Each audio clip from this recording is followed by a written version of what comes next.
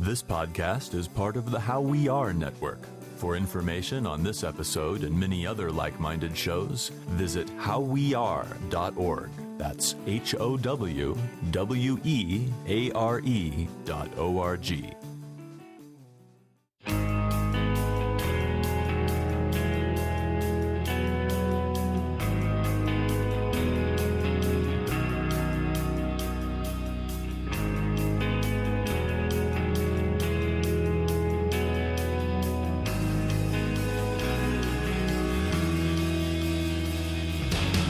Hello, everyone, and welcome to another episode of 100 Words or Less, the podcast. I'm your host, Ray Harkins. Thank you for joining us. This is a fun trip.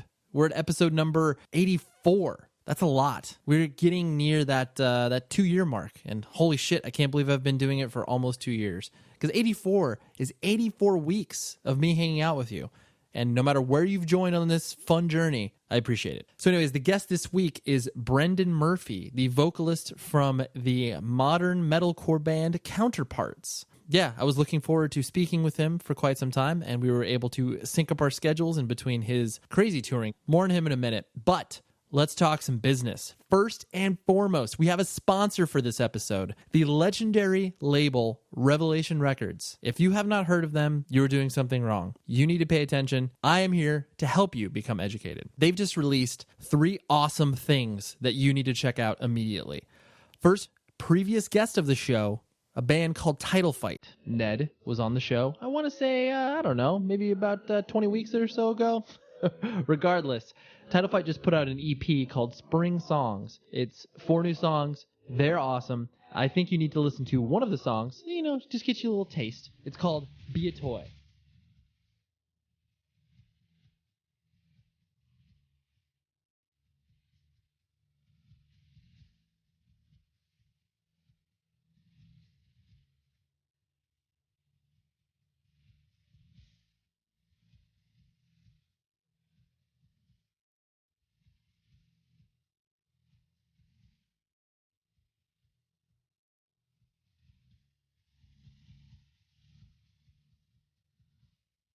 Next up, they also released Richmond, Virginia's Down to Nothing, their newest full-length.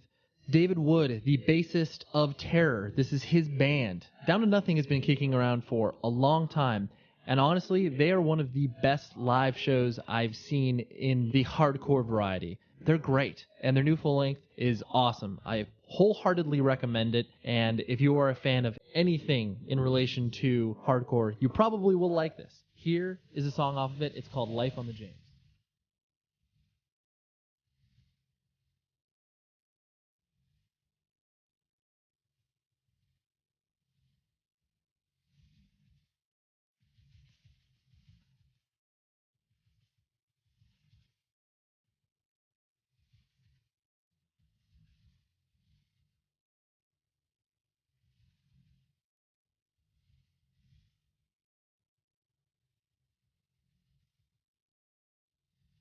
And last, but certainly not least, is Boston's Pride and Joy, The Rival Mob. And if you haven't heard of The Rival Mob, let me just play this song, then I'll talk about it. This song is called It Must Be Nice.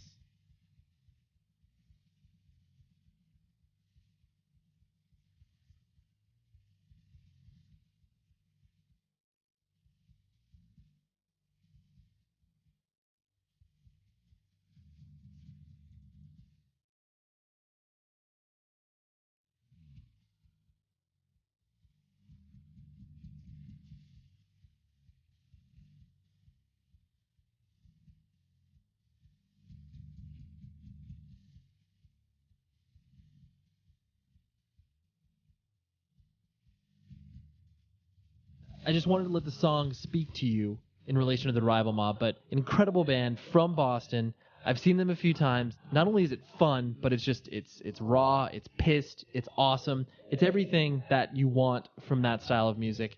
I mean, seriously, Revelation Records, they've existed since the 80s. They are a legendary hardcore/independent music record label. These 3 releases should be a part of all of your collections, whether it's vinyl, CD, digital, whatever, buy it. Visit revhq.com and you can find all of those releases plus thousands of others. Just like I said, become educated. More importantly than anything else is buy those 3 releases. Title Fight Spring Songs EP, Down Nothing Life on the James, and Rival Mob, Mob Justice.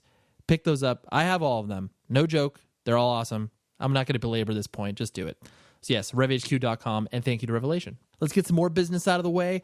Propertyofzach.com, our media partner. They're awesome. Check them out. All the latest and greatest in releases, tours, bands breaking up, whatever you want, they have in relation to independent music. We love them. Check them out. Propertyofzach.com. And the podcast is now part of this mid-roll advertising network. And what I need from you is to tell them who you are. So go to the midroll.com/survey/words and fill out it's like a 2-minute survey. It's actually pretty fun because they ask some funny questions in there. But basically, since podcasting is so new as far as the advertising world is concerned, no one has any idea who's listening to these things. So if you give that information to them, it makes me as a show look awesome because that way you, the listener, are engaged with the show. You're like, yo, this is a cool show. I think I want to contribute to it in some fashion. By you doing that, that really helps the show. I appreciate it. The last thing, I promise you the last thing, review the show and visit the website. So if you hop on iTunes, you can give it a star rating and you can also write some sentences if you're feeling ever so gracious, because I do read those and I check that on the regular. So I appreciate that if you do that. And visit the website, 100wordspodcast.com, and you will be able to find just stuff I find interesting throughout the week. Sometimes I'm pretty active. Sometimes I let a few days slip, but I generally try to put one cool thing up a day that you'd be like, oh, that's cool. I didn't see that video. I didn't see that movie trailer, whatever. Pop on that and you will become a little more attuned to what's happening with the show. Some other stuff been on my mind. I've had some correspondence recently. One of them is in relation to cassettes. I spoke about cassettes, I don't know, a few episodes ago, and I've got a lot of feedback in regards to that. More specifically, there is a regular listener that runs a record label called Atonement Records, free advertisement. He should send me some free tapes or something. But him and I were corresponding on tapes and how I personally, I don't understand the point of it. I mean, I get it from a sort of collector-ish thing, but the sound quality sucks, whatever. But he brought up an interesting point where him being a label from the UK, it's easier for him to get something printed up like that is cost effective, and he is then able to get it turned around much quicker than like a 7-inch or an LP or whatever the case may be. There's just the sheer economics of printing tapes. It's just easier, which is kind of weird. I mean, my only experience is like printing my old band's demo tapes, and to me that was like a lot of money back then. I think it was like $350 for like 100 tapes or something, and I know that was like, whoa, that's a lot of money. Yeah, regardless, it was something I just didn't think of. So yeah, if you have thoughts on tapes and stuff, you can email the show, 100wordspodcast@gmail.com. I love having discussions with people. Drop me a line. Love to hear from you. So Brendan Murphy, he's, like I said, the vocalist for the Toronto-ish hardcore band called Counterparts. They've put out a few records on Victory. I can't remember who exactly showed them to me, but it was a friend who said, hey, this band kind of sounds like your old band. And of course, me being egotistical, I was like, oh, that's great. I'll check it out immediately.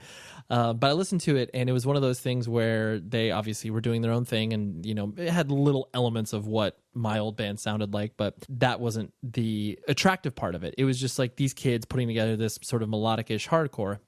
And so this was like their demo. So then I watched them just basically grow and hustle and tour a ton and make their name known. And then basically I came to find out that they were huge fans of my old band. And so I just started to have a online correspondence with the vocalist, and I thought he would be interesting to bring on because he's in his early 20s, and just to kind of get the perspective of what it's like to tour now and exist within this sort of modern music culture.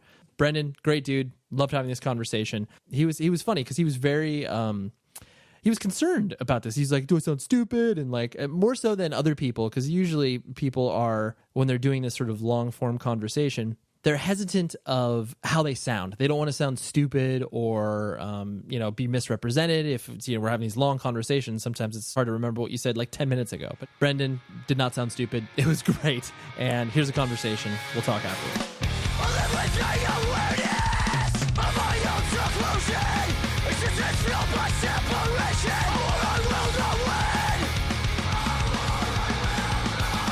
my own personal introduction to, what you are doing musically, and kind of what brought me into your world. So I want to say it was 2009, possibly 2009, 2010. Paul from Silverstein drops me an email and is like, "Hey, these guys are from our area, and I think you'd enjoy them, and they're huge Taken fans." And so I was like, "Oh, okay. Well, that's a combo for me to listen to immediately." And so I listened to it, and it was like, I definitely enjoyed what you did. And it was one of those things where, because I think it was like right as I was leaving Century Media Records, because I think he was trying to, get you guys signed somewhere. Yeah. I don't know. It's one of those things where it's like, it's weird because, I mean, how old are you personally? 22. Okay, you're a child. Because it's just strange because, like, I look at the idea of what, sort of the whole melodic hardcore thing.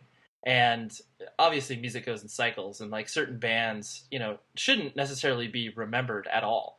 Yeah, exactly. But it's just weird that, Taken still leaves an impression, especially in the Hamilton, Ontario area. Like, yeah. See, like, because I remember when you guys did like the reunion shows. It was like, like I remember like on the MySpace, it's like, we're gonna do like some stuff. I think it was like some in California, some in Japan, and then it was like a Hamilton, Ontario, 2 nights at like the underground, or no, it might have been Casbah. I'm not entirely sure. Yeah. But I just remember seeing that and being like, okay, like that's a little strange. But I mean, you guys were, a lot of the bands from around here that sort of did the melodic thing, like you guys were a huge inspiration too. Like, like last night, like I don't know if you remember the band Roses Dead. Of course. Yeah. Okay. Cool. Well, yeah. Like I was like one of my good friends is I think his like cousin or something was the drummer of that band. And I was at his house last night, and he was like, "Oh, like what are you doing tomorrow?" I'm like, "Oh, I'm actually going to be on a podcast," and he's like, "Oh, like who's doing it?" And I told him, and I was like, "Yeah, like it's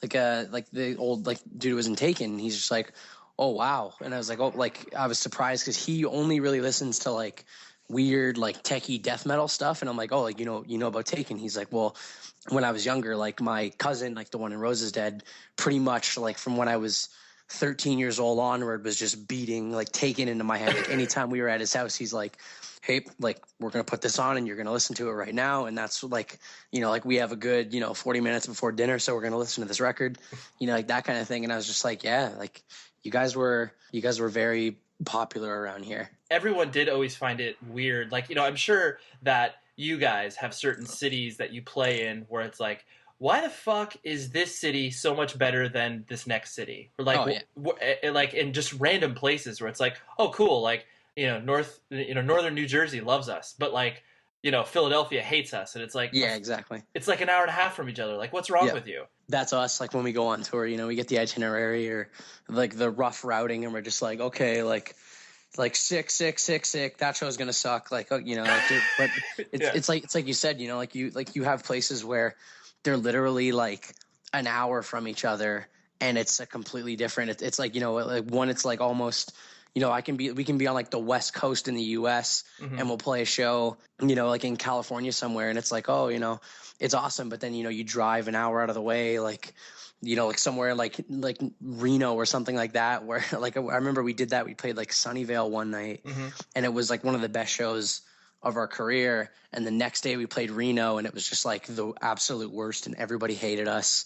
I don't know. It's like, it's hard to, figure out why that kind of thing happens, where it's like, yo, like what happened 45 minutes down the road where you guys don't like us at all and the other guys love us? It's kind of glad you brought that up, because it's the idea. It's so soul crushing. It's like anybody that does obviously an artistic endeavor, goes through those waves of emotion where it's like, oh, you're embraced in certain aspects, but then you're rejected by other people or other areas or whatever. But it's like, it is so stark to have 8 hours to decompress from the last show, like you said, where it's just like, one of the best things you've ever experienced in your life, followed by one of the most like, you just want to sit there, like you just want to sit in a bathroom and cry because you're just like, oh yeah, exactly. It's just that, like, sort of like I refer to it as like the Bible Belt of like when we play in the Bible Belt, or like when we play in like weird kind of areas, like, we played in like Salt Lake City, where it's just like that effect where kids are just literally standing there,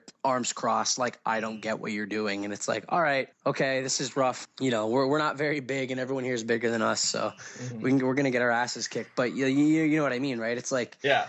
I mean, obviously, like, you feed off the crowd when you play a show, where it's like, if the crowd is awesome, you're going to be like, oh shit, like this is great. Like, I'm having a good time, and it shows. But, we'll play like a church in Alabama, and I'm just like, these kids don't care what I have to say, and then we start playing our songs, specifically the ones that deal more about that kind of thing. And I just see like the looks on their faces, and they just get pissed off. And I'm like, all right, we need to wrap this up. We need to play 2 more songs and get off, because these kids are going to, yeah, we're not here for them.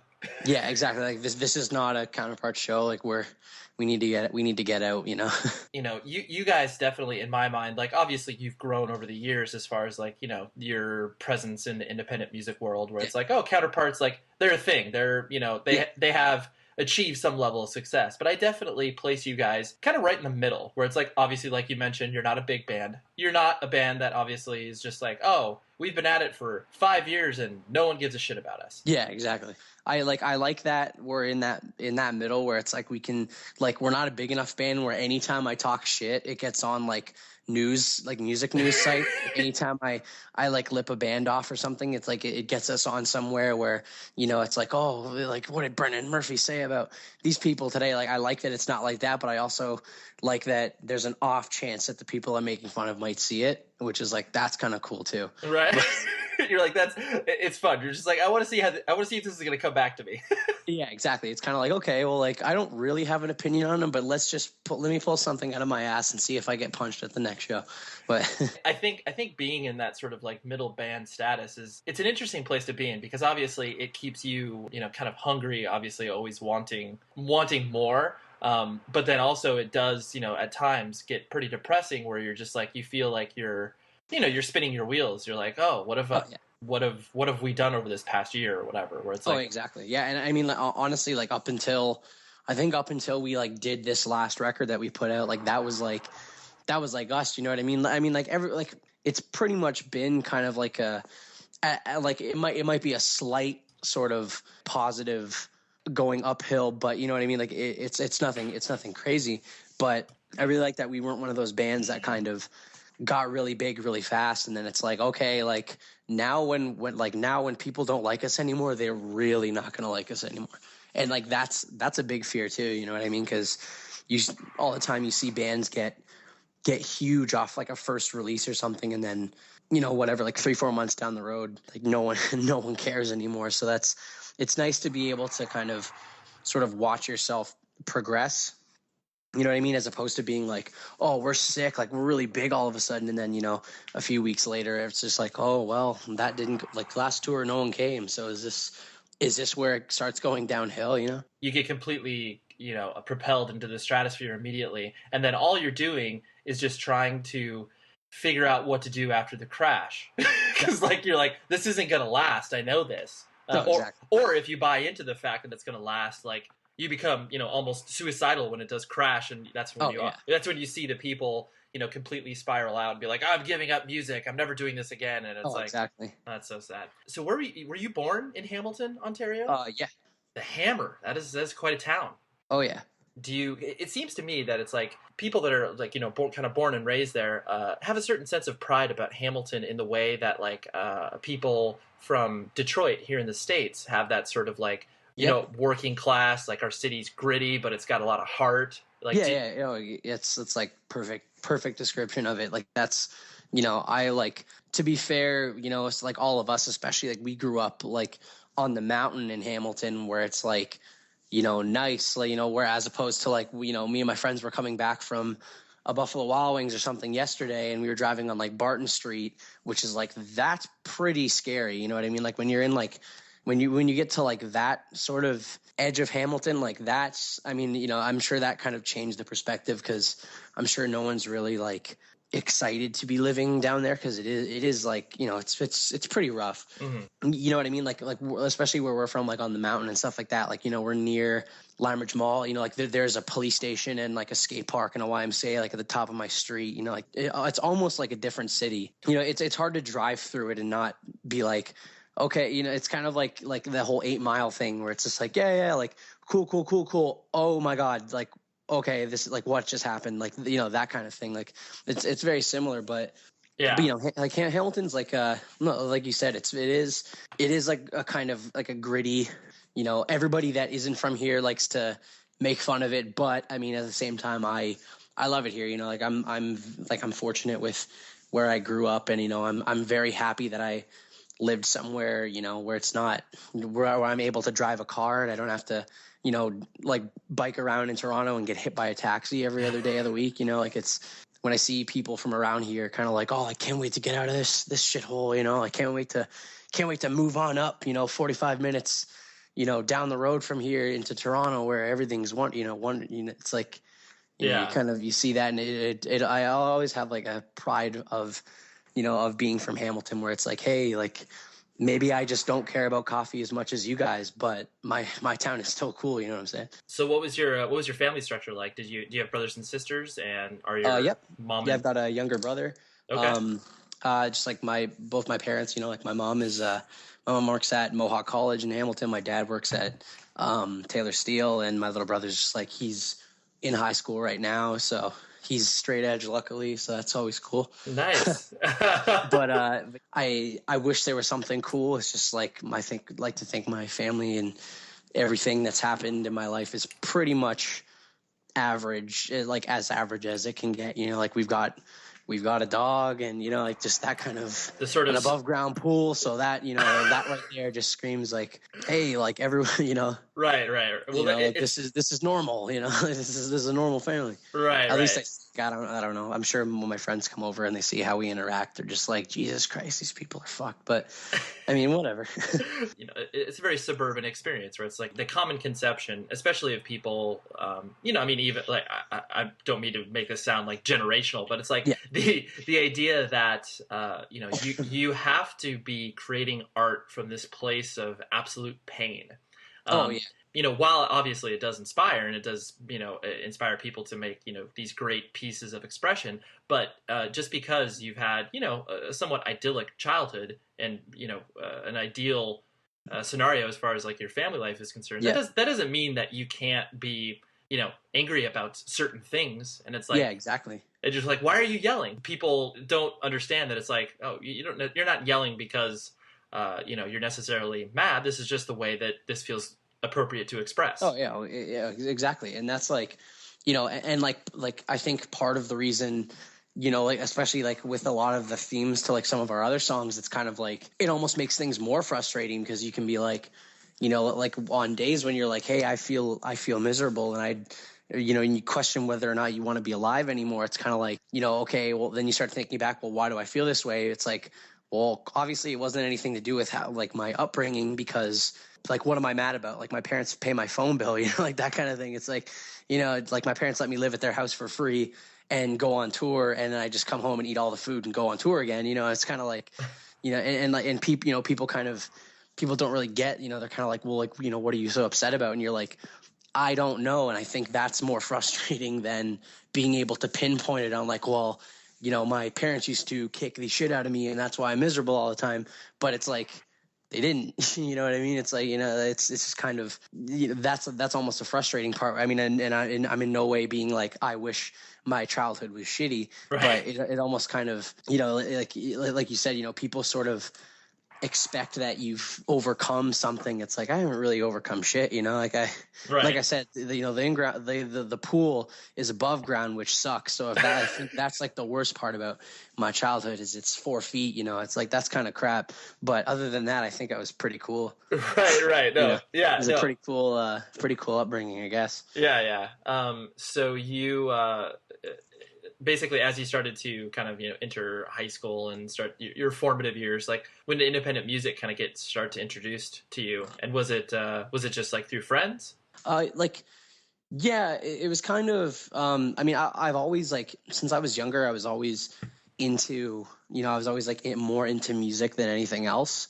And I think it was just because like mainly from when I was younger, like the same kind of things happen, when you're a kid, you're like, oh, we're going to try, like, hey, like you want to try playing a sport or something like that. Like, you want to try doing this and that. And it's just kind of like, I don't really like this, like I've tried every sport that you can play as a child. And it's just kind of like, this is boring until I started, like getting into newer bands. And like, that was the hobby was, kind of going on AOL, like, or whatever, like Yahoo Music videos or whatever it was back when I was in like grade 7 or 8 and finding bands, you know what I mean? And it started like there was a while where, I like when we started, like I was really into stuff like, like I was like when you're a kid, you like what your parents like, like you're listening to like all the old like metal bands my mom used to like, and, stuff like Smashing Pumpkins and that kind of thing. And then from there it was like, oh, like Sum 41 and, like all that kind of stuff. And then for a while I was really into rap, and like that was a weird few years of my life. Like what sort of stuff? Like I was just like really into like Eminem and like 50 Cent and like that whole kind of like the whole shady records, like Eminem, Dr. Dre, Snoop Dogg, 50 Cent, D12, like all that kind of stuff. Like I was really into that. Like I loved that. But then I think I got a sampler from a radio station that I don't know. I honestly have no recollection of the radio station ever being popular around here, but it was like a little like sampler CD, and I remember it had Heretic Anthem by Slipknot on it, and like that was like the first time I had heard anything like that, and I was just like, this is cool, you know what I mean? Like this is like really heavy, and this is music I like. And then kind of did a 180 from that, and then got into bands like The Used and like My Chemical Romance, and I guess it was more like screaming was more involved, and I was stoked on it because I was like, this is weird and this is cool, and then you get into the lyrics and you're like, hey, like this is sweet. Like, I mean, I obviously you can't relate to the songs where, The Used, they're talking about, meth and shit like that, but you can kind of, you can relate to the stuff about being upset and, that kind of stuff when you're a kid. Yeah, from then on, like I don't know what happened. I don't remember like what band sort of transitioned into like the kind of stuff I listen to now, like the more, punk and like hardcore kind of stuff. But it was definitely like that sampler. I think when I heard that Slipknot song, I was kind of just like, this is cool. Like this is the kind of music I like. Like, this is what I want to listen to, as opposed to listening to, I guess, white and like white guy like Eminem just yelling about pills and his mom, and I'm just like, I don't know, like right. I get it, but it's cool, like that kind of shit. Yeah, well, it's like you always have your starting point of what begins you down the rabbit hole of independent music, and then you're like, for sure. Once you start to find out that it's like, oh wow, like there are bands that are playing this style of music that I enjoy that are attainable. Like, yeah, exactly. You're like there's bands that are playing this kind of music that are playing my city tonight for $5, like that kind of thing. Like, and that was, like then that was a really cool thing. Whereas, like I started going to shows in like grade 8 and 9 around in Hamilton, and that was right at the point where Hamilton was having like, like we had unreal shows in Hamilton. It was like, so the shows were better than the ones in Toronto almost, you know what I mean? It's like any given week you'd be like, oh, like what bands are playing Hamilton? Like, Converge are playing here next week. Like, Dillinger Escape Plan are playing down the road. Like bigger bands, it's like, My Chemical Romance are going to play a show in Hamilton. It's already sold out, but just letting you know, like that kind of thing. But, well, I have this theory where basically, because honestly, the most fun I've ever had, like playing shows, has never been in a major city. It's never been in your typical like LA, New York, Toronto. Exactly. It's always the suburbs, because the suburbs are obviously a place of like, restlessness, and kids are looking to do something. That's why I think like, Hamilton was such an interesting thing, because obviously it was like, it was close to two major cities, being Buffalo and Toronto. I mean, I distinctly remember it's like when I started to get into, punk and hardcore, and it was like, I don't know, maybe like when I was like 16, 17 years old and started to realize that there was so much shit happening in, like, specifically Ontario, where it's like, you know, Grade and like all of these bands that existed, and even bands before that, it's like, you know, Left for Dead, Cursed, and like Exactly. there was just such a diverse scene. And I was like, I mean, when Taken signed with Goodfellow Records, and like that was from Hamilton as well, I was just like, dude, what the fuck is happening in Hamilton? And it obviously continues on to this day, because obviously what you guys are doing, and obviously before you Silverstein. So it's just like, I do think that there's that direct correlation of like, suburbs create so much amazing shit. Yeah, exactly. The cool part about it was like you said, like we got to grow up in that, you know what I mean? Where it was like kids nowadays are like, especially when it comes to shows, you know, they're kind of, I wouldn't say spoiled, but it's kind of because they were never like, they weren't around for that. You know what I mean? Where it's like, you know, like I hear of kids, even now, like kids in Hamilton, you know, they're like, they get pissed off when we don't play Hamilton, you know, but they won't go to Toronto for a show. And it's like, well, hey, like, you know, I can't go to their house and knock on the door and be like, hey, like, I'm going to tell you about how cool Hamilton was and how it's not anymore. And that's why, you know, and why all the venues shut down, and that's why there's no shows anymore. You know, it kind of sucks to see that, because it was, you know, like a decline of a music scene in a town. Because like I said, when we started going to our first shows, that was like legitimately, I feel like that was the absolute like peak of the Hamilton music scene. And that's why it appealed to me so much, because it was like, hey, you know, like even like Hamilton, or like, you know, 10 minutes down the road in Burlington or something, it'd be a local show, like 4 local bands. There'd be 300 kids at the show. Yeah. And like not one of them was a touring band, and it would just be local bands, and like everyone was friends. And it's like, if you don't go to the show on the weekend, like you're a loser. You know, like you legitimately felt like that. You're like, okay, every single person I know and I'm friends with is going to the show.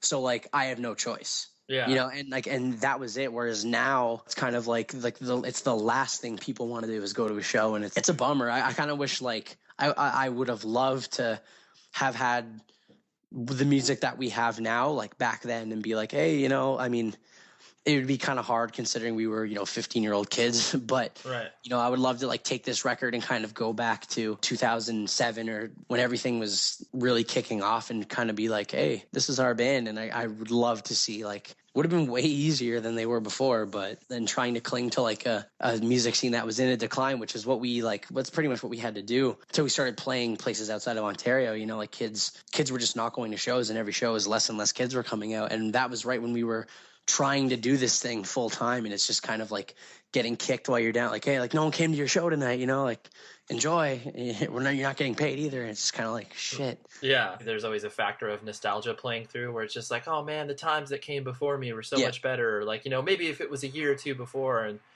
I can easily see what you're talking about in the fact that, you know, I mean, obviously music scenes are very cyclical, and, you know, certain cities kind of rise and fall based on, you know, the bands that kind of come from there. But I can definitely see, you know, the sort of yearning for like, man, that'd be great if we could just plug this record in back there. Yeah. I feel like we dwell on it too much. Like I've got a bunch of my friends, every now and then we kind of get on like the memory lane sort of thing. And like we have this like group chat kind of like on iMessage that we all, and you know, like at least once a week, someone will bring up some sort of show from 2007, and we're all just, yeah, I remember like this guy did this, and like, oh, there was that big fight, and yeah, like this guy like punched a cop out, you know, like all that kind of stuff. And it's just kind of, you know, you go down memory lane so hard, and then you have one sort of guy that's like, yo, my battery's at 3%, like, can you shut up? And that kind of brings you back to reality.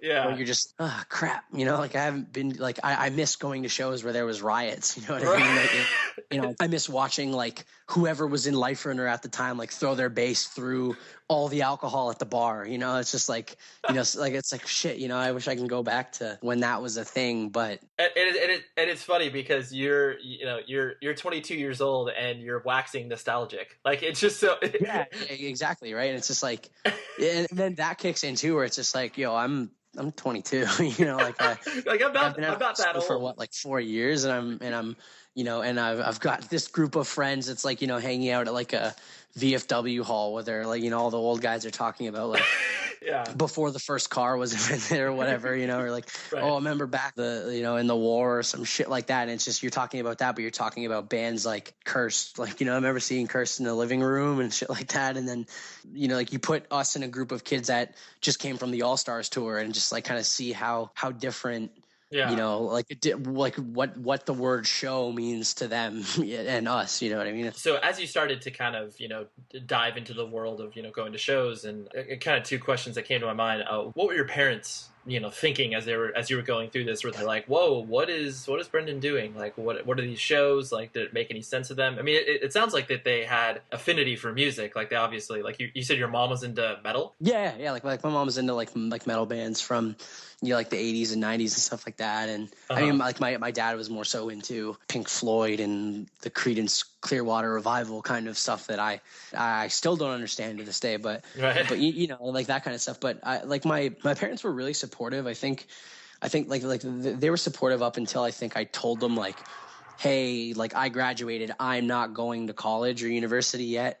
I'm going to do this first. And then I think they were just kind of stoked that all of the things that parents kind of have to talk to their kids about when you get to that age where it's like, hey, like you might go to a party and someone might offer you cocaine and you have to say no to that. Like that was never an issue for me because it was like, oh, well, I'm 14 and I'm straight edge. And like if someone offers me coke, I'm going to punch them, you know, like that kind of thing. Right. So I think that kind of, you know, like that kind of helped because they were just like, hey, like what's, you know, like they were never really worried about like, oh, like what's, you know, what kind of trouble is Brendan in tonight? It's just kind of like, well, it's a Friday, so he's probably at the underground with a bunch of his friends, so he'll be fine. You know, like I mean, I'm sure they worried, especially after coming home from some of the shows and saying like, I got punched in the face tonight, or like there was a riot. It was sick, you know, like cops came, you know, like that kind of thing. But I think that they were kind of, you know, I think they were kind of stoked that I didn't choose to go down like that shitty sort of teenage, like like we're gonna go cruise around in the car and do bad things, you know, like that kind of stuff.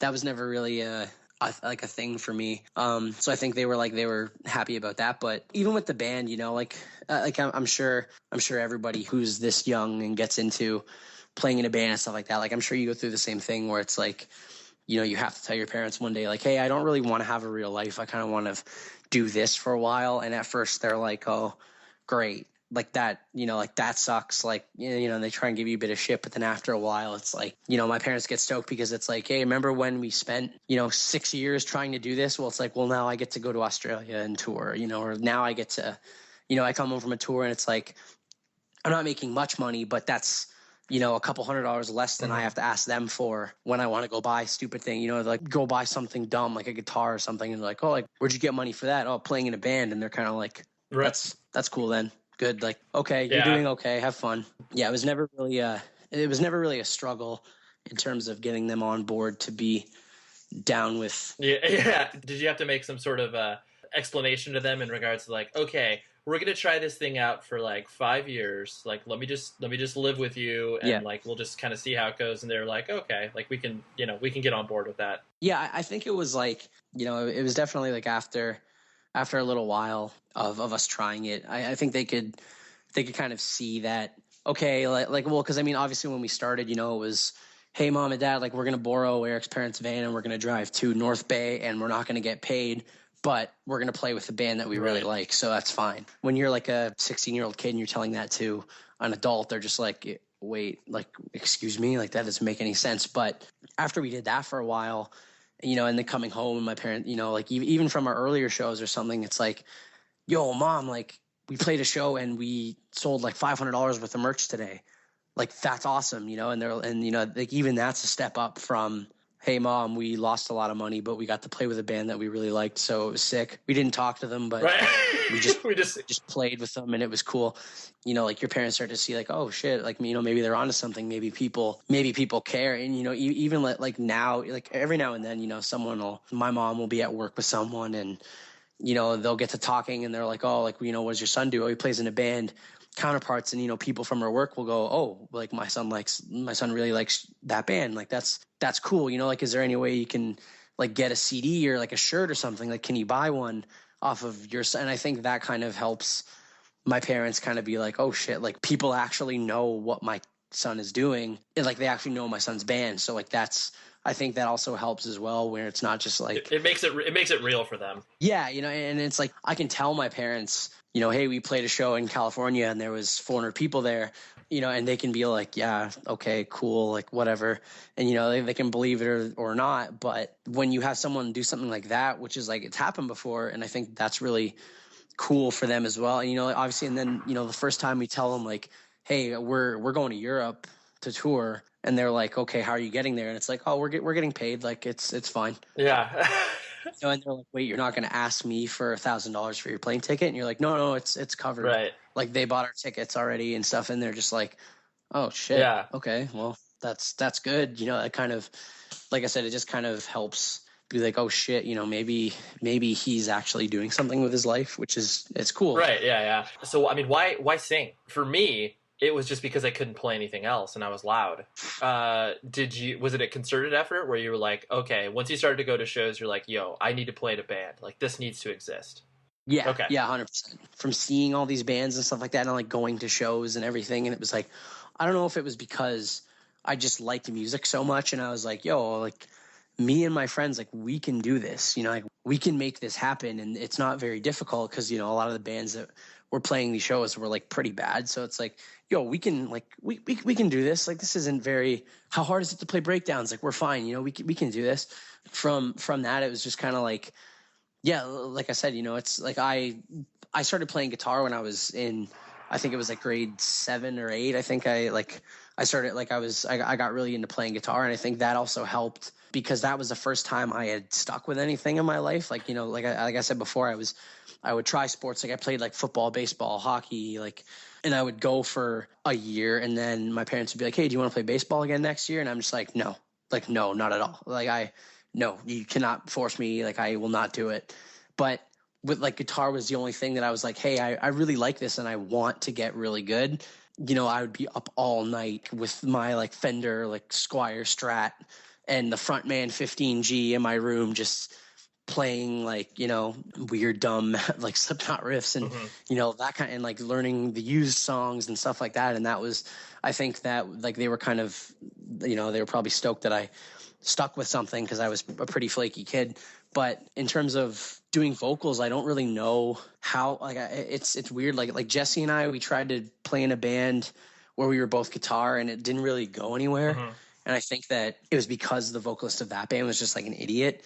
And I was like, okay, like I'll do it. I like, you know, I haven't done it, but you know, fuck it. I'll try and do it and it'll be, you know, I'll be able to do it a lot better than that guy did. Right. You're like at the very worst, I know I can be better than this dude. Yeah, it's like at the very worst, at least I'll be in the room, like I'll show up. So that's already one better than this guy. Right. So, and then from there, it was just like, I since I was a kid, I was always like, I was also into writing. I liked the idea that I could write lyrics and kind of, you know, express yourself.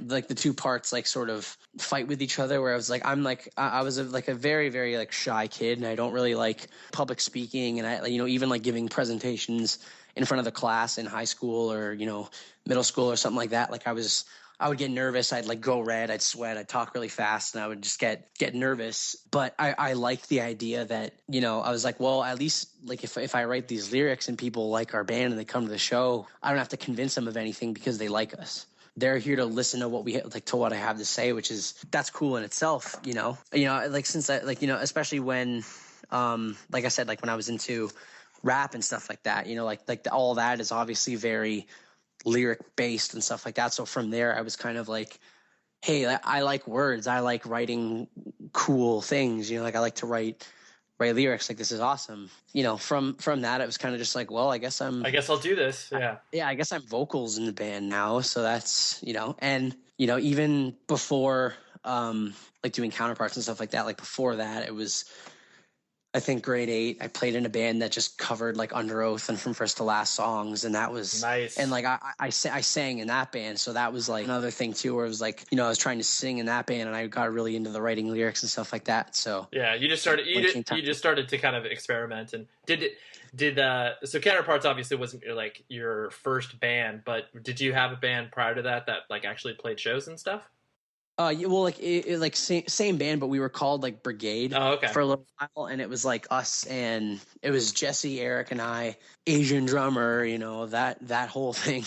Yeah, like Ryan from like the original drummer at Counterparts was in that band, and we had another guitar player before Alec. That was just like when we first started doing this stuff. Like that was in, I guess, 2006 or 2007, and that was kind of like a weird sort of metal-ish kind of, like I said, like breakdown kind of, moshy band that we did. And like, that was when we got our first, like, the first show we ever played was under like Brigade and stuff like that. We did that for a while.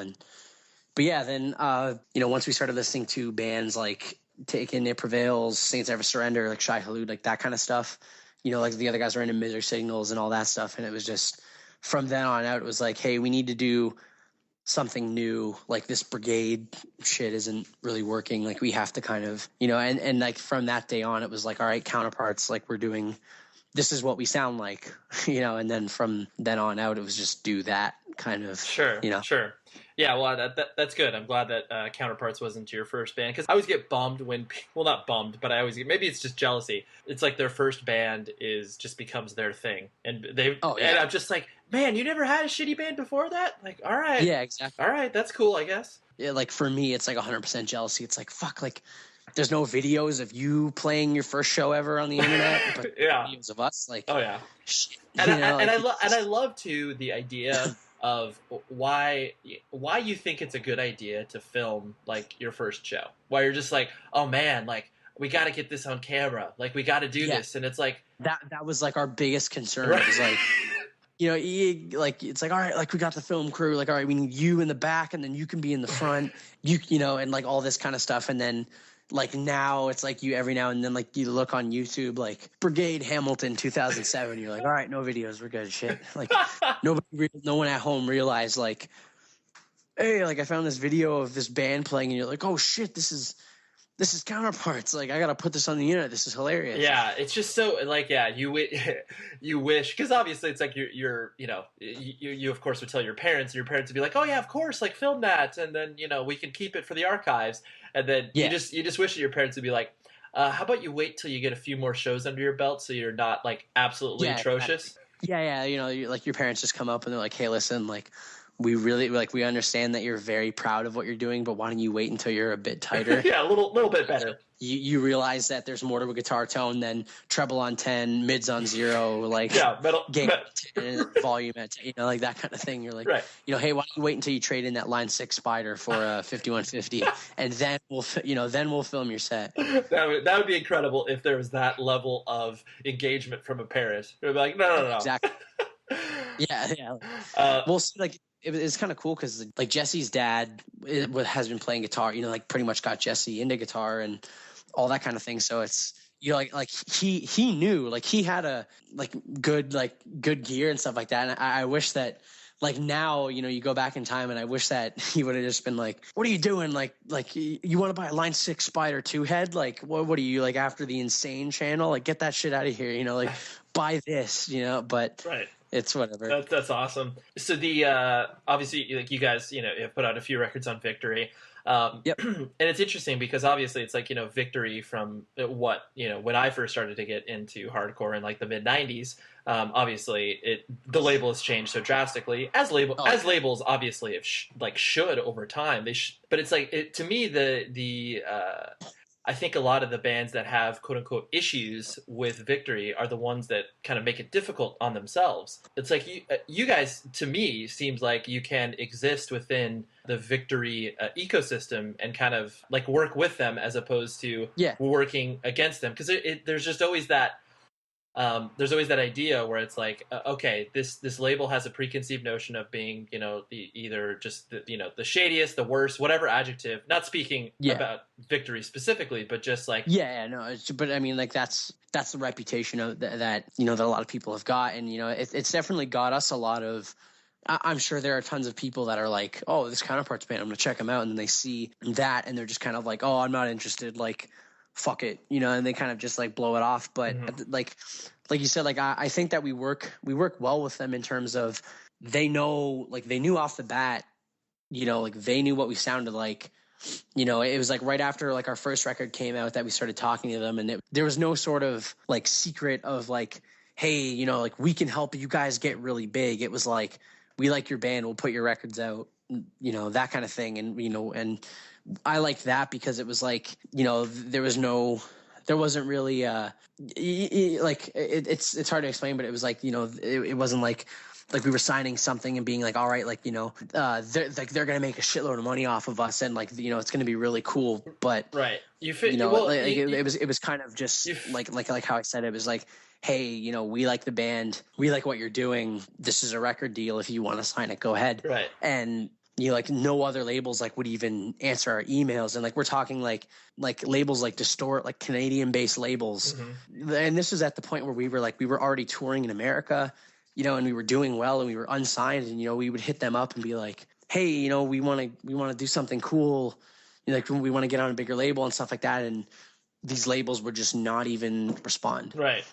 You know, so it was cool to have someone like Victory be like, hey, you know, like we like what you're doing, and you know, like it was no secret that we sound the way we do, and you know, and they were just kind of like, no, we back the band, we like you guys. So that's, you know, that's the cool part in it, right, where it wasn't sort of like, hey, come with us and we'll tell you how to sound and we'll make you really big, and like all that kind of shit. Yeah. It's just like we know what you're about, and that's fine. They don't give us any flack for it, really, you know, and it's just pretty much let us do our own thing. But then at the end of the day, when it's like, hey, you know, we want to go record, so we need 10 grand. They're like, okay. Yeah, you feel like you've developed a partner, and like that's, you know, ultimately what you want from a label, where it's like there's people that you can trust over there that know that they will work as hard for you as you work for the label, and you know, exactly. That's no matter what. Because every band is going to have their own unique experience with a record label. Of course, you can look at the history and be like, okay, like these are things that we need to watch out for. But at the end of the day, you're gonna guide your own experience. And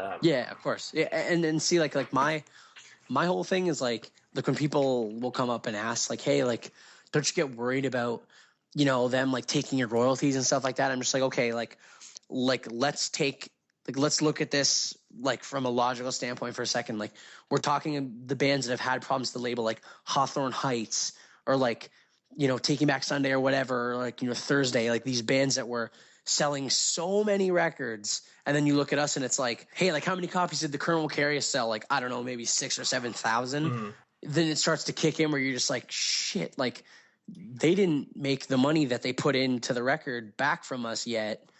And then you feel like a dick where you're like, shit, like, you know, it's like, well, fuck, like, you start, like, you know, people will come up and they're like, yeah, like they're going to take your royalty money. It's like, there's nothing there. Right. Like we haven't, right. You know, like that's right. Like, yeah, maybe if something happens in the next few months where we sell 50,000 records and don't see $1, I can be like, hey, something's going on here. But, you know, it's really hard to get like uppity with the label and be like, well, we want to see like, you know, statements and we want to see royalty checks and stuff like that. But then they hit you with it and you're like, fuck, like we didn't even make back what they put on advertising the record yet. Like, then you feel like an asshole, you know? Yeah. No, I mean, it's a very valid point to have. And it's a unique perspective, because it's easy from the outside to throw stones, but it's like, you only know a portion of the picture. Yeah, sure. And our whole thing with, you know, like we had some offers from some other labels that were coming in, and they were just like, they were sketchy ass labels, but they were the labels that people wanted us to sign to, but we've heard so many stories about them now. Like, thank God we didn't, you know what I mean? And you know, even like we've got a bunch of friends that are on labels, and it's like, yo, and like they tell us the stories that go on, you know, like whatever. I won't get too into it, but that kind of thing. It's like, yo, I would much rather have somebody steal royalty money than do what they're doing to you, you know, like that kind of shit. Right. Like if, like I'd rather not get $500 this week than like get bossed around and tell people that this is what your band has to sound like. Whereas, you know, Victory, like, you know, we don't really sound like any band on the label, and it's just, and they know that. So, and like, they don't even, you know, it's cool because they don't even really care, where it's like, you know, we go and record a record, and like when the masters are in, like that's the first time Victory's hearing the record. Yeah. You know, and it's not like, you know, it's not like they're like, all right, like we're gonna fly you to Chicago, and we're gonna, like, this fucking guy is gonna write your record for you, and you're gonna get big. you know, it's just kind of like, yo, this is our record. I hope you like it because you paid for it. And they're just like, no, this is sick. Yeah, like, cool. Yeah, Down. that's the way that, you know, a good relationship should work. The artist and band obviously create what they create, and then, you know, the label will obviously do what they can to promote it and distribute it and get it out there. Kind of to, you know, wrap things up. An interesting thing that I've noticed, not only in your lyrics, but just in, you know, a lot of the interviews that you do, you seem to put across where, yo, I'm boring. I don't do much. Like, you know, you try to portray, you know, a very like, hey, I'm kind of your average, you know, 22, 21-year-old kid. Is that completely intentional where you're trying to put it out there? And like, what's the reasoning behind that? Or is that just, you're just obviously trying to describe your life? Like, I don't go out, like, I'm not really trying to go out of my way to be like, hey guys, like I'm a fucking boring dude. Like, don't hang out with me. You know, like, like not in that way, but I feel like a lot of people, you know, especially if you like play in a band or something, and like if your band gets more than 50 people like your band, you know, like that on that kind of level, like people sort of, you know, they come up and, you know, they're like, what do you do in your spare time? Like, you know, what do you do with this? It's like, man, watch The Simpsons. You know, like I hang out with my friends. Like I go from to a different city, just sit in a different room with different people and go to a different 7-Eleven and get Slurpees. And like, that's what I do with my life, you know, like it's just kind of, yeah, I feel like people sort of have this, you know, they think that you're really cool. And, you know, I always hate to kind of like break it to them like, yo, I'm not very interested. Like, none of us are very interesting. Like, none of us are, you know, like none of us really do anything that cool. Like, you know, we're very much normal 22-year-old kids. Like you said, you know, like I like yesterday, you know, like I went to a restaurant with my friends and hung out. Like the day before I got a pedicure, which is probably not what normal 22-year-old guys playing hardcore bands do. But yeah, but still, I'll back it up a little bit. I felt like it was necessary because I had like very thick yellow calluses on my feet. Oh yeah. And I started cutting it with like my knife, like my knife I carry around every day, and it got really bad. So I was like, all right, I need some professionals. I need to fix this, you know. And so we took it, like my girlfriend and I was just like, hey, do you know where I can get a pedicure? Because this is, and like I showed her my feet and she's like, Jesus Christ, like what do you do? You know, and then there's been times where she's caught me like kind of cutting it with a knife and shit. So we like, I had to go before I cut my foot off. Right. But, and then, you know, aside from that, like we did that. And then I went to a show in Toronto. Like I went and saw Pity Sex, and what I do, you know, when I'm at home from tour, it's like I hang out with my dog and kind of chill out. You know, it's not really, you know, like I said, like I hate that people think that we're like these 5 cool ass dudes that, you know, have so much, like, you know, it's like, oh yeah, like, oh, what are they going to do next? It's like the same thing I do every other day, man. Like I'm going to wake up and like eat a bagel and sit on my computer. Yeah. It's like this glamorous lifestyle, and people, it's interesting because I do, like, I empathize with you, and I really, you know, I tried to get that point home to people as well. And basically anytime that Taken would play with like Thrice or something, it would be kids that don't have a definition of what, you know, they're going to a concert, not a show. Exactly. But I find it interesting because obviously the day and age where we're at right now, where social media is obviously such an important part of a band's life, and, you know, basically everybody knows what everybody's doing at any given moment. And obviously the idea of, like you were saying, where it's like, I'm just a normal person, like obviously, you know, you share what you do. And so people know that. And that's obviously great. And it's able to, you know, normalize people in bands and realize that they're just as much as, you know, just they're just like the person next door or your friend at school. Then, oh, exactly. But, you know, on the flip side, I've also been thinking where it's like, because there's that sort of, you know, there's no shortage of people playing in bands. Like bands are fucking everywhere. Everybody plays. Exactly. Everybody plays in a band, and it's like, I wonder if that whole, you know, normalization of like, hey, I'm just this average person, you can do it too. While it's obviously great, it's like I feel like there should be some like certain level or certain ceiling where it's like, okay, we're good. We don't need any more people playing music. Yeah, exactly. Or even like the flip side of that, where it's like you should be able to call people on your shit where they're like, you know, if their band's really big and they're like, yeah, I'm just like a normal person, man. Like I just spent like, you know, 2 months on Warped Tour in a bus, and then I come home and I live in a really nice house with my family. Like I'm just a normal average guy. It's like, you know, at what point are you like, hey, you're not anymore. You know what I mean? Like, right. yeah, maybe going to Vegas and dropping $5,000 a night in blackjack, but it's okay because like that's going to be your per diem for tomorrow's show. Like that's not normal dude shit anymore. You know, like at that point where I feel like there's kind of a there should be like a cap sort of on both sides where it's like, hey, you know, maybe flying all over the world to fuck different girls in different parts of, you know, like, you know, if like, I'm going to fucking London and I'm hanging out with a girl for a few days and then flying back and going to California, but I live in Toronto, you know, at what point are you just kind of like, yeah, that's not normal. It's not normal people shit anymore, man. You know, it's kind of having a BMW or Range Rover, like that's not normal people shit anymore at that point, you know. There's a line that you cross where it's like you try to convince a person, a random example of a person who's like, you know, they should be very different from what they are, but it's like a person like Dave Grohl. And he, you know, you look at him and you're just like, anything he's ever contributed to a documentary or whatever, you're just like, he is just a dude. He could be something completely different, but he is just a dude. And that, for sure. And that's like a goal that most people should aspire to. Like he obviously doesn't go out of his way to be like, oh, like I'm a normal dude. He just is. Yeah, he's just him, and that exudes it, as opposed to, like you said, the people who are like, oh, I'm jet setting all these all over the place, and trust me, I am a normal person.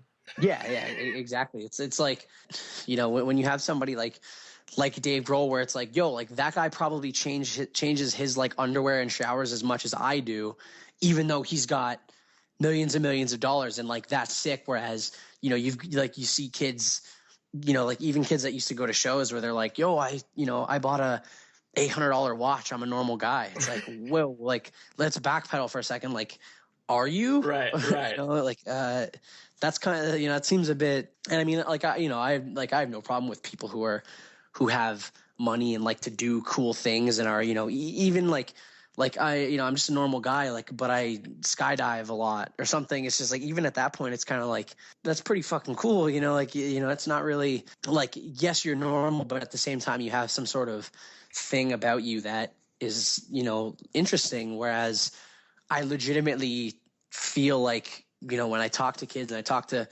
you know, people do interviews with me and stuff like that, where they're kind of expecting for me to like list all this cool shit that I do. It's like, man, look, like I ate a granola bar and watched like Orange is the New Black for 3 hours. And like, that's what I did today. And that's all I'm going to do, you know, like, right. And it's kind of like, it's hard for kids, or like, you know, even when you do stuff where people are like, you know, people are like, oh, like what kind of like crazy shit do you guys get up to on tour? And it's like, I don't like, you know, we went to a Walmart and I didn't swipe my second box of Pop-Tarts on purpose. Right. You know?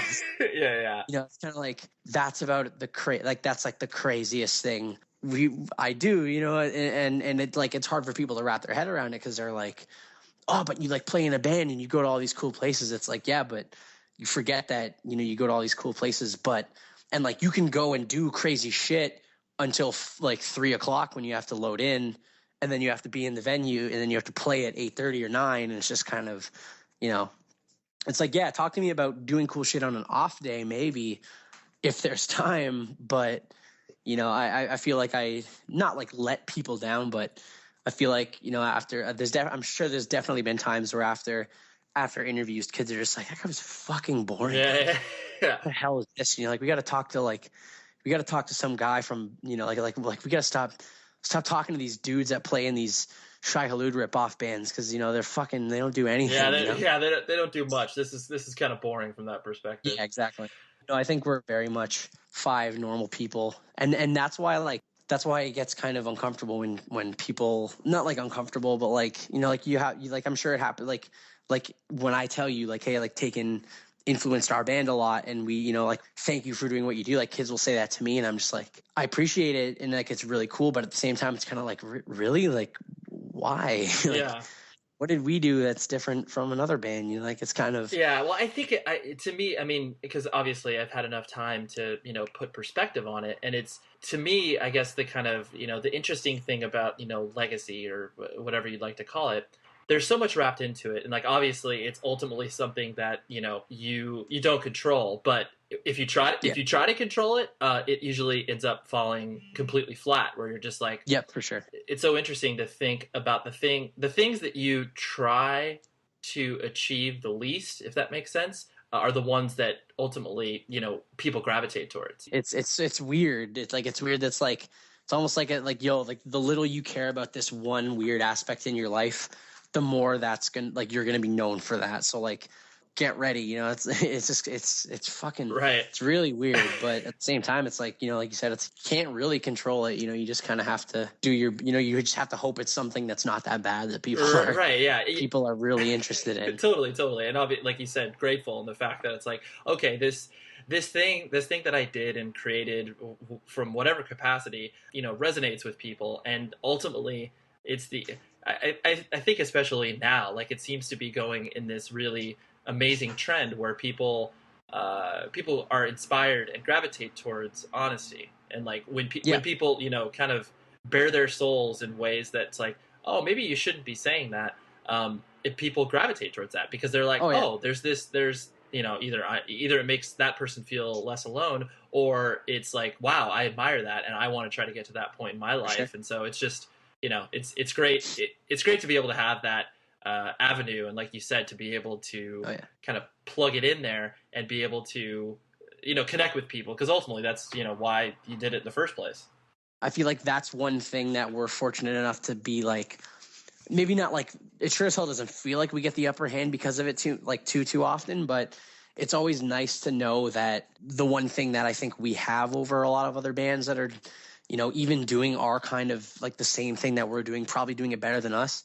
Like the one thing that we have more so than other people is honesty, where it's just kind of like I wouldn't really know if you call it honesty, but it's like even doing like simple things like there's bands that are not much bigger than us, and like they won't hang out with kids at the show, like they won't do this kind of and like people will come up and they're like, hey, like like kids will find me like outside of a show and I'll be like skateboarding in the parking lot or something, and they come up and talk to me, and then they get like they're really stoked at how like how I guess easily accessible it is that someone that they think is cool will come talk to them. Whereas and like I'll be honest with them, and they'll ask me things, and like you said, I'll tell them straight up like, oh, I'm fucking boring, dude. Like I'm not, like don't think I'm some cool weird guy, because I'm not. I'm just a boring average person. And I think that they like you said, they definitely appreciate that more, as opposed to other bands where like there's this sort of band guy false persona they have to put on to be like really drive it home that I'm different from you. You know what I mean? Like you're coming to talk to me because I'm the dude in the band you like. That's sick. Like I'd much rather have kids come up and talk to me and be like, what's your favorite Simpsons episode? Or like, yo, you want to talk about Twin Peaks for an hour and a half? And I'm like, yes, please. Like that kind of thing, as opposed to having people come up and, sort of look at you awkwardly. Yeah. And like look at you and like, there's been times where I'll, like with like really young kids, you'll see it and they're like scared to come talk to you. And it's like, yo, if you like, have you come, it's not a fucking meet and greet. You know what I mean? It's like, yo, come find me outside. Like we can talk if you want to. If you don't want to, that's fine. But if you want to come have a conversation, like I'm down. Yeah.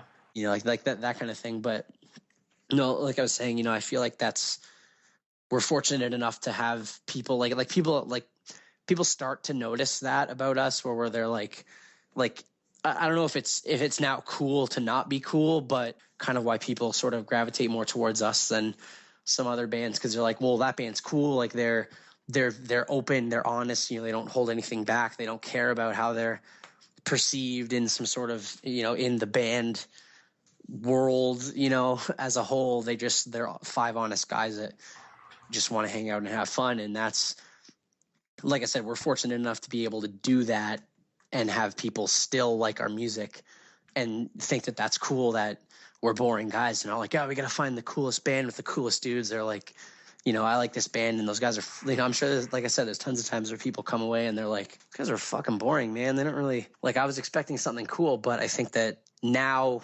more so than ever, it's like that is kind of more respected than the later, Yeah, no, for sure. Well, I really appreciate your time, dude, and I think this was fun, and it'll get across exactly what you're trying to go for. For sure, I'm down. Sweet.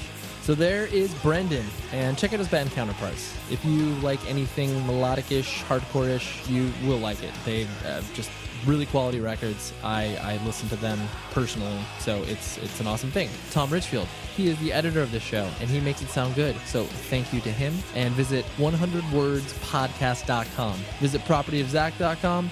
And until next week, thank you for listening, and be safe, everybody. Get through!